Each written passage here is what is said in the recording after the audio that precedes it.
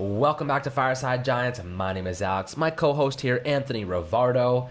Doing an earlier video today because I woke up and guess who had COVID? Offensive coordinator Jason Garrett. Best wishes to Jason as always. Health is the most important thing over football, so hopefully he overcomes COVID easily, has no complications, and everything is good on his end. Now the Giants are in scramble mode. They're trying to figure out, who do we replace? And they've already tapped Freddie Kitchens as the offensive coordinator and play caller for this week. So it's going to be interesting to see how they, utilize him and the offense, what differences he will employ. But before we get started and really dive into what we expect to see from this offense and Freddie Kitchens calling plays, Anthony, my friend, how you doing? Doing all right. First and foremost, prayers up to Jason Garrett. I hope that he's asymptomatic, but if he does have symptoms, then I wish him a speedy and full recovery. Hope to see him back out there. But also, I'm excited for Sunday night. I'm excited to see what Freddie Kitchens can do calling the plays. I think that's going to be really interesting and a storyline definitely to follow during the game and see how the offense performs with Freddie Kitchens as the play caller. It should be interesting. Yeah, there's not much we can predict at this point because at the end of the day, the concepts, the route concepts, the run blocking is all going to be the same, right? He's not going to change this entire unit in 1 week. And they've been preparing for this. So the possibility that maybe if Garrett or Patrick Graham were to contract COVID, what do they do in the situation? So what they've done is kind of incorporate Kitchens and other guys into the offensive play calling to make sure that they were ready for something if this happened. And now that it's happening, they feel pretty confident. And Joe Judge said, Freddie Kitchens is a very intelligent and smart football coach. You can see that his players improve and respond to him. He said calling plays has really been a cooperative effort all season long for this exact situation. So during practice, they've actually been calling plays and making sure that everyone's on the same page so that, Coach Kitchens can really, get in his groove early and not feel like he's behind from the count. Obviously, this happens on a Thursday, so now you only have Friday, Saturday, and then Sunday, that's the game. So you only have a couple days to prepare. The Giants lost a day of coaching because they had to shut down the facilities because of the positive test result. So now they don't get that coaching and training session in today. And that means, Daniel Jones, what happens with him? Because he's the injured player here. He's the guy that we're all wondering, is he going to start? Obviously, you have Colt McCoy, and I think realistically, Colt McCoy will end up probably starting this game because, without this training session, Jones will go and get medical treatment, but that's, aside from the point that, they have to see enough from him. He has a low ankle sprain on his left ankle, and he still has the hamstring pull on his right. So this is kind of a tough decision for the Giants, and I think last week they probably should have sat Jones to begin with, but now if they don't sit him, I really think that you're risking potentially a season-ending kind of thing, like re-aggravation, or maybe he picks up something else. You never know. When you're hobbled on both legs and you can't really commit to both sides, you're increasing your probability of getting injured because you can't move as well. You're going to take hits. He was sacked, 6 times against Arizona. He fumbled 3 of them. So, this is a problem that we're kind of heading into the week with, at really the end of the week. And now, Anthony, do you think that Colt McCoy starts this game? And really, I guess we're going to talk about what we think Freddie Kitchens is going to do with his offense. I do think Colt McCoy is going to start this game. You know me, I'm very much get the best guys out there if possible. If Daniel Jones is ready to play, then I absolutely want to see him out there. But I do understand that he's hobbled right now, and he's probably not going to be as effective as he should be. So maybe it is just best to have him sit down. But the problem is we need to put some wins together. The Arizona game was a winnable game. We should have won that. We didn't win that. And now we're kind of stuck here where we have to pull out a couple of upset victories. We play Baltimore this week, then we play Cleveland this week, then we play Baltimore next week. We need to win at least one of those games to try and catch up with Washington, or otherwise we're hoping that Washington just loses out and then we win in week 17, which I don't really want to bank on that. So, I don't know. It's going to be tough whether Daniel Jones is in there or not. But hey, we saw Patrick Graham scheme together an amazing game plan against the Seahawks and just allow the defense to really do most of the work and then let Colt McCoy get an easy path to victory. Maybe they can do that again. That's really, I think, what we have to hope for at this point, with a hobbled Daniel Jones unlikely to play. Right. It's Patrick Graham's game to win because with Colt McCoy, you can only expect so much. You didn't really do much in the last win against Seattle. The running game really picked it up. With Wayne Gallman averaging, 8.4 yards per carry, had 135 yards on the ground, 190 yards on the ground in total. Cleveland has a crappy defense, by the way. They really don't have much to work with on the defensive side of the ball. I'll tell you right now, They are averaging, let's see, 28.3 points per game allowed, which is god awful. So they're in the bottom 6 teams in the league in points per game allowed. And rushing, let's take a look there. They're averaging 114.1 yards allowed. So the Giants have a pretty good matchup there. And passing, they're not good at all in that category either. They're averaging 249 yards allowed. The Giants are ahead of them in all of them. So this is a game the Giants should be able to put points on the board. The question is how many? Because Cleveland has a high-octane offense right now with Baker Mayfield playing better, these past couple of weeks. And they're averaging 374 yards per game so through the air. And really, in total points, they're averaging, 26.8, which is far above the Giants, But then it comes to Freddie Kitchens. He understands and knows this Cleveland team. He knows what their pass rushes are capable of, what their defense is capable of, and most importantly, what their offense is capable of. Now they have Kareem Hunt, obviously Nick Chubb, and a bunch of really talented players they've been utilizing. Odell Beckham Jr. is out. Obviously, we would have loved to see that matchup in the revenge game and whatnot between Kitchens and OBJ, and then Jabril Peppers, of course. So this is going to be a fun one, but the Giants are going to have to find ways to put points on the board. And I want to date back to 2018, actually. Week 8, 2018, Cleveland fired their offensive coordinator and head coach. They make Freddie Kitchens their offensive coordinator, right? And this is a big change because Baker Mayfield, I think he was sacked 19 times up until week 8, so he was getting destroyed. He was not playing well at all. From that point on to the end of the season, Baker Mayfield saw his numbers skyrocket, right? 70.7% completion percentage. That ranked 5th in the NFL of the final 7 weeks of the season, or 8 weeks rather. He had 13 touchdowns, was his 7th in the NFL. He had 5 interceptions, and he averaged 8.66 yards per carry. Per attempt, not carry, which was second only to Patrick Mahomes, and he had 109.3 passer rating, which was 5th in the NFL. So all of his statistics really ranked in the top 10, which is pretty interesting to see because people always hit on Freddie Kitchens as a guy who really didn't get the job done in 2019, and I actually think he falls under the same category as Pat Shurmur, and he just couldn't do it all. They were head coach and calling offensive plays. I think it was too much for both of them. Now, what I will say is that from Freddie Kitchens, we're not going to see a West Coast downfield style of play, right? He tries to compensate for a lack of protection from the offensive line. And the Giants gave up 8 sacks and they fumbled the ball 5 times, right? 5 times this past week against Arizona. So what I expected, especially, Freddie Kitchens to deploy, is a very high, fast-paced offense. He wants the quarterback, whether it's DJ or Colt McCoy, to get the ball out of his hands quickly. He's going to have very easy first reads for them, so he wants to get this ball out quickly. The Browns have a fantastic pass rush. Obviously, you have Olivier Vernon and some other quality players like Myles Garrett and such. But this is opportunity for the Giants to really get the ball out quickly. And DJ didn't do that last week, right? DJ didn't do a good enough job of getting the ball out of his hands quickly, and that was why they won that 4-game winning streak. A lot of that was because DJ was getting out of the ball out of his hands in record timing this season, and that did not happen last week. I think he had the ball 3 seconds at sometimes in the pocket, and when the pocket was even there because it was collapsing all the time. So getting the ball out quickly, relying on the run is what I expect. A lot more running backs utilized as pass catchers. I want to see Deion Lewis, in the flat. There was a bunch of reads that DJ missed this past week that we saw in the film review. That he should have hit on that would have been first downs and some more chunk plays.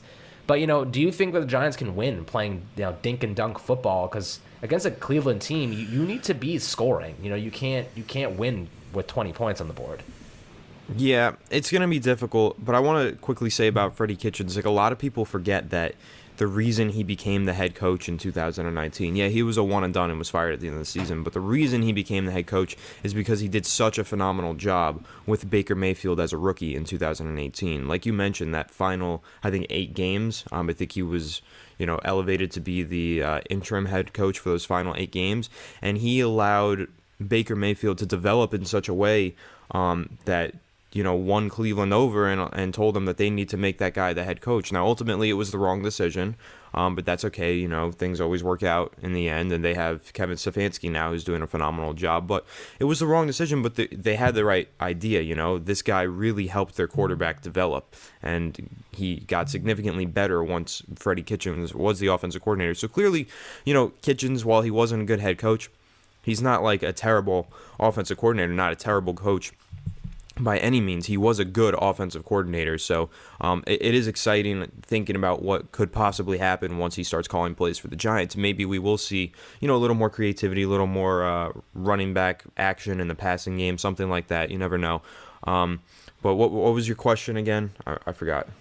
Do you think that like Freddie Kitchens will be able to succeed and the Giants will be able to succeed with like this dink and dunk offense we've seen from him in the past? No, probably not. I think the Giants are going to have to be aggressive no matter what. They have to get the ball downfield. I've been harping on that all season long. I want to see more aggression out of this offense. I want to see more shots downfield. And I don't know. I don't think you can really beat Cleveland that way, dinking and dunking. I think you have to be aggressive because Baker Mayfield is playing in a way right now where he has, I think, 23 touchdown passes and only 8 interceptions, which is down from 21 interceptions last season. So he's playing his best football probably of his career. Since his rookie year, definitely.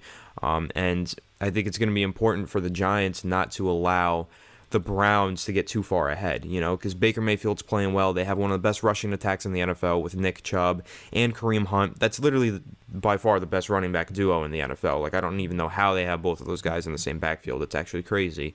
So they have a great rushing attack with those running backs, and that's a good offense. They're probably going to put some points on the board. The Giants are going to have to keep up. If they can't keep up, then, Cleveland's going to dominate the time of possession, or they're going to easily coast to a win, no matter how good the defense plays. The defense is amazing. We can all agree on that. And if they play really well, it'll be good, and it might slow Cleveland down, but it'll only slow them down so much if the Giants' offense can't stay on the field. Because eventually the Giants' defense will bend enough to where they break if the Giants' offense can't sustain drives and have some sort of time of possession. So that's the key. No dinking and dunking. They actually have to get the ball downfield, move the ball, and keep the offense on the field, and actually put some points on the board, because Cleveland has scored 30 or more points in 7 games this season, 40 or more points in 3 games this season. They have the capability to put a lot of points on the board. The Giants have only scored 30 or more points in 1 game this season. Absolutely, the Giants need to get points on the board to avoid a blowout from Cleveland.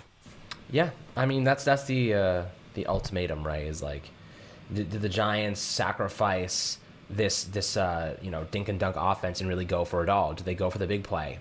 Because it could be beneficial, but at the same time, I think they're gonna look at this as if how do we win time of possession? If we run the football, Cleveland has a okay run defense. It's like middle of the pack. They didn't do very well against Arizona, but here's the one thing that I like about this matchup is that the Giants finally have a matchup against a quarterback that's not considered a running quarterback, right?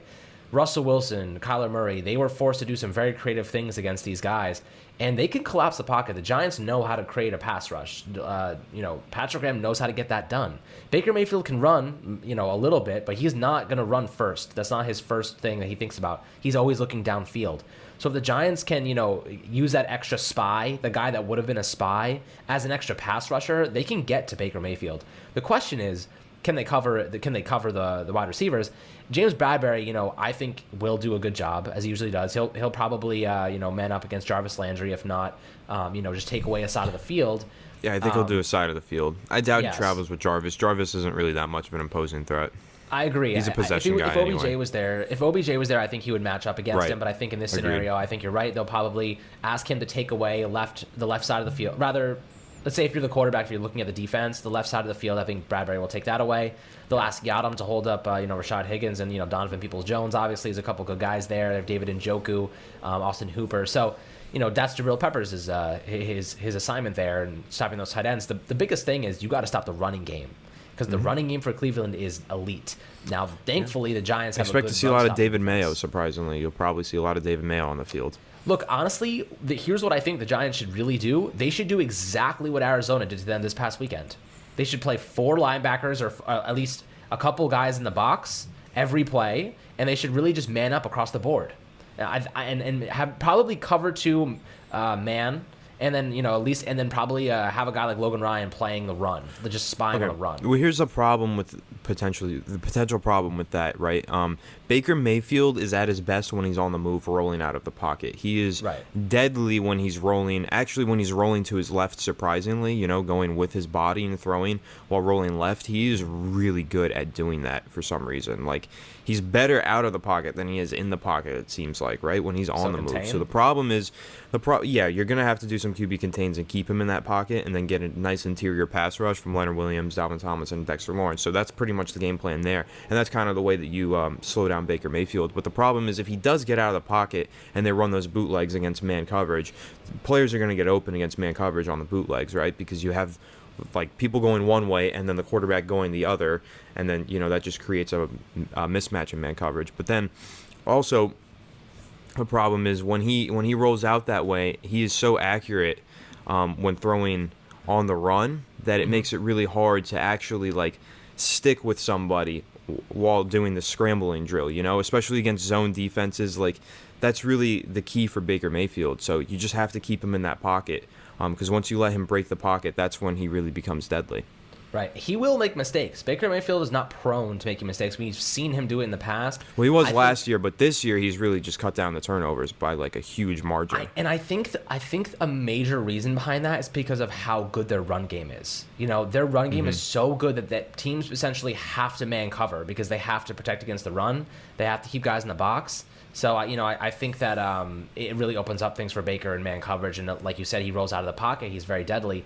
So this is going to be interesting. I think Patrick Graham will get some good insight from Freddie Kitchens about what kind of quarterback Baker is, how to shake him and rattle him. Because Freddie Kitchens is going to know this, right? He worked with him the past 2 seasons. He knows what his weaknesses are. So I actually like the defense's matchup against Baker in this scenario. But, at the end of the day, if you don't get the pass rush, and the Giants are a live and die type of defense by the pass rush. If they don't get guys on that in the pocket and collapse the pocket, it's going to be incredibly hard for them to stop Baker, especially this high octane offense. But my biggest concern obviously is can the Giants even put up over 20 points? Cleveland does not have a great defense. They're going to have to. They allow a ton of points, but if the Giants are going to win this game, I'm gonna say they have to put up at least 25 points. And it clearly they average under 20, so it's going to be incredibly difficult for them to do that. But we're going to see. I think Freddie Kitchens, he's going to rely on those dink and dunk passes. I think he's going to try and claim time of possession, run Wayne Gallman, get those guys open in the running game. I don't think he's going to take too many shots downfield because I don't think that's the type of a coordinator he is. Well, you also have to keep in mind that he's using Jason Garrett's playbook, and if Jason Garrett's playbook doesn't have a lot of deep downfield plays in it, then whether Kitchens wants to go downfield or not, they just don't have those in the playbook, so. Right. That's another good point. So we'll see what happens here, but any last word on Freddie Kitchens, what we think he might do, or kind of how the Giants match up? We'll do obviously more review on Saturday, and obviously a pregame show on Sunday to talk about what we think is gonna go down in this contest. Definitely. I think that we will see a heavy dependence on Wayne Gallman in the running game, especially if Daniel Jones isn't in there. So definitely keep an eye on that. And if you're playing daily fantasy or something, definitely, keep an eye on Wayne Gallman and put him in there because I do expect him to get a lot of carries against Cleveland. And then talking about Cleveland once again, I think that really the key for the Giants defense is going to be Jabril Peppers, whether he can match up on whether it's Nick Chubb or Kareem Hunt or David Njoku. He's just got like 3 playmakers that he's going to have to cover at some point. He's really going to be the key to it. So, but yeah, speaking on Freddie Kitchens, I'm excited to see what he can do.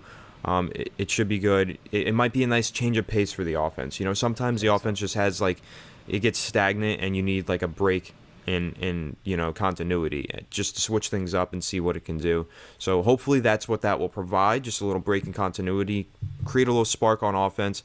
Really hoping Daniel Jones is out there. It doesn't seem like he will be, but hopefully that little spark allows Colt McCoy to thrive in the Freddie Kitchens offense, and then maybe we can come out with a surprise victory and put up 30 points against Cleveland.